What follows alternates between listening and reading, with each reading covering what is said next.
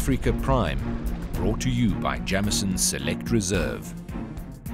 Welcome back. You're watching Africa Prime. We're speaking to Ruth Kagia, Country Director for the World Bank for 5 Southern African countries. And in the first part, we spoke about the kind of experiences that she has had dealing with governments in the region. We want to know a little bit more now about you, Ruth. We want to know where you come from. Now, I know, and I'm going to tell our listeners, you come from Kenya. You grew up in Kenya, and you were an educator. Were you always cut out to be an educator, a teacher? Was that the way it was always going to be? No, it's very easy to rewrite history. But I think in life, as you know, Godfrey, we stumble into things. Yeah, yeah. But my decision to get into education came very early in my career, when I could have done a lot of things. Sure. And it was driven by a very simple principle, that I was able to advance beyond where my peers at that time were able to get to, right, because somebody gave me the opportunity. And increasingly, as I began to make career choices, I decided I want to do something that gives other people an opportunity. Sure.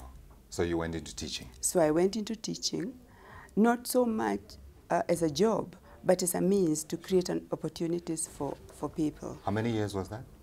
Oh, I taught for maybe about 10 years. 10 years. This was in Kenya? I taught in Kenya. I taught at the university. I did a bit of research, University of Nairobi. Okay. Yeah. And research into? I did research on education quality because at the end of the day, what makes a difference in education is not the number of years, it's not the amount of money spent, it is the quality of that education. Yeah. A perfect example we have right here in South Africa is what we have seen with the Oprah Winfrey School, where the first graduates, the first 72 graduates, all of them without exception. 100% matric pass rate. Not just matric pass rate, but top level matrix pass rate, 7 distinctions, 6 distinctions, and they have all without exception been accepted to universities in South Africa and abroad. Yeah. And it's not the quality of the buildings, although the buildings are beautiful. It is the interaction that has taken place between the girls and the teachers and the support system. Yeah. So you were living your dream, Ruth, because you wanted to make a difference in terms of, giving people access to, as you put it, quality education. You began in Kenya, you came here in Southern Africa, you went to the World Bank, where you are the longest-serving World Bank Director for Education. How many years? 7 years that you were there. Let's look back on those milestones. What did you do when you were in that role that changed in your mind, in your eyes, things on the ground? Well, even before I became the Global Education Director, I worked in several parts of the world. And for me, I think the turning point is the work I did in East Asia, where I worked in South Korea, Malaysia, Philippines, in those countries. I also worked a little bit in Laos, which was just emerging out of civil war. That's Southeast Asia as well? Yes, it's also East Asia. And these were the fastest growing economies at that time. They still are in many ways, the so-called East Asia tigers. And it became clear as I worked on the ground, as I worked with governments and civil society and so on, that the key ingredient of their sustained success was education. Right. And the tremendous focus everybody from the parent to the teachers to the system put on education. South Korea was a perfect example of that, where, in fact, it was being pushed almost to an extreme point where children were getting so stressed with the coaching from kindergarten so that they can get to the best universities, so that from the first day a child enters school, the sole objective of the parent is to get them to the best universities. And that single-minded focus on education, on getting kids to the best schools, on getting the best results, in a sense, plays out through the whole system. You get a much higher quality labor force. You get a much more resilient labor force that can adjust to changing economic conditions. And it lies at the heart of the success of the East Asia economies. And in fact, the World Bank did a study, I think in the 80s, it's actually called the East Asia Miracle, a study. And after they broke down all the contributory factors of the growth of those economies, the residual element was the quality of human capital. So once I worked on those countries, and having spent quite a bit of time in my own continent, I came back and realized this is the key ingredient to development. Right. So as I walked into the job as Global Education Director in 2000, I was quite clear in my mind, if we do nothing else at the World Bank, we must support countries, strengthen their education system. I got my chance in 2002 when there was this big meeting in Montreal that decided to support countries that had good governance to improve their systems. The African countries in Dakar in 2001 said no country with a credible education plan will be unable to implement it because they don't have resources. Right. So the first thing I did in 2002 is to bring together those two global commitments. Sure. The international commitment has said that if you do it right, we'll support you. Right. The countries have said we'll do good education plans. So we used that. We basically called the bluff of international rhetoric and put together what is perhaps the biggest intervention to push the Millennium Development Goals, the Education for All fast-track initiative. Right. We basically got donors to say country X has a fantastic program on education. We need to put money to them. So we put money together. Over $1 billion was put together within a couple of years. The program is still going strong, and it has enabled particularly some of the poorest countries in the continent to accelerate education development. Yeah. So when you look back over your career, when you look at the peaks and the laws, let's name maybe three that you look back and you say, these are milestones that I'm proud of. The first one is what I've just described. Education. Education. And we're going to come back to it. Not just education generally, but beginning to show that if you hold hands between the international community in terms of support, in terms of focus, if you put education at the center of development. When I worked in my own government, education was seen as a big spender. You're putting all this money into the Ministry of Education. What do you have to show for it? We turned that round to show that this is not a waste of money.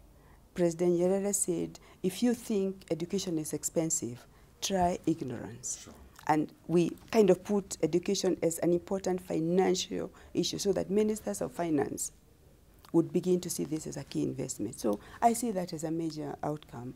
I see that one other contribution that we made in the sector is we published a book on education and economic growth, showing that the countries that have grown fastest have had at the center very strong education systems. So beginning to bring those two together. And then the third one was to begin to do case studies and publish them, showing how countries were actually doing it. Because it's one thing to say, provide quality education, but how do we do it? So then doing the how. Sure. So education is something that I feel number one. I feel quite proud about. B.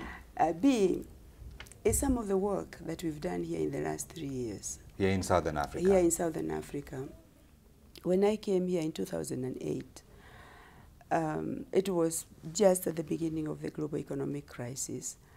It was quite a difficult political time in South Africa in 2008, September. You remember what happened here. We do. And I was coming into a situation where the country is actually busy with the politics, with the economic crisis. It's like, what do we have to do with the World Bank? And my challenge was to find a way of making sure that we are not just sitting here, we are and watching a relevant partner. We are not observers, we are participants.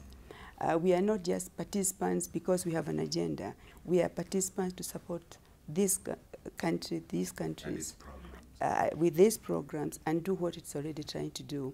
And in some ways I was blessed because these are countries that have pretty sensible policies. One doesn't have to worry about policies. It is much more about how do you implement those policies effectively. What is it that is not happening that was meant to be happening? So the gap between policies and implementation and results. And that's where finally we found a niche.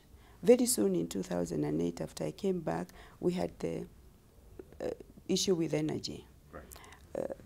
One of the immediate outcomes is ESCOM put Botswana on notice that come 2013, we'll not be able to supply you with power. Sure. So we were going to do everything we can to support a star performer, not go dark. Sure. So we put together a small but very focused co-project, Molecule B, to make sure that by the time ESCOM switches off, it can kick off. Right. And I'm very proud to say that it just got commissioned ahead of time. When was that? They just commissioned it last month.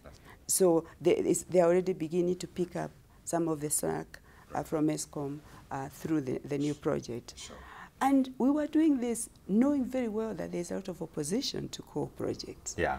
And then we went in for the jugular, which was ESCOM. The lights went out here. Yes, the lights are going out. And well, if you were to listen to sort of the global political correctness, the correct approach, you don't touch coal because of the emissions and so on. So we are sitting here saying, can we allow Africa's largest economy to be undermined for a lack of energy? And it is a very, very heavily driven energy country, economy rather. So we agreed to go ahead. We knew it was going to be difficult. And you delivered that contract. It was one of the most difficult things we've done because we were dealing not just with the sheer size, but also the difference between the South African rules and policies and the World Bank policies and trying to reconcile them. And of course, the opposition, the NGOs. And we were getting opposition from the NGOs, we were getting opposition from our own shareholders, we were getting opposition from the green agenda people. But at the end of it, I never any doubt in my mind that it was the right thing to do. Absolutely, and the lights today are on, and they are certainly testimony that that work was recognized. 3.75 billion went into that loan from the World Bank. But thank you very much for your time coming to talk to us here on Africa Prime. Ruth Kagia is country director for South Africa. As I said, she also includes Botswana, she includes Lesotho, Namibia, as well as, of course, Swaziland. You've been watching Africa Prime. Good evening.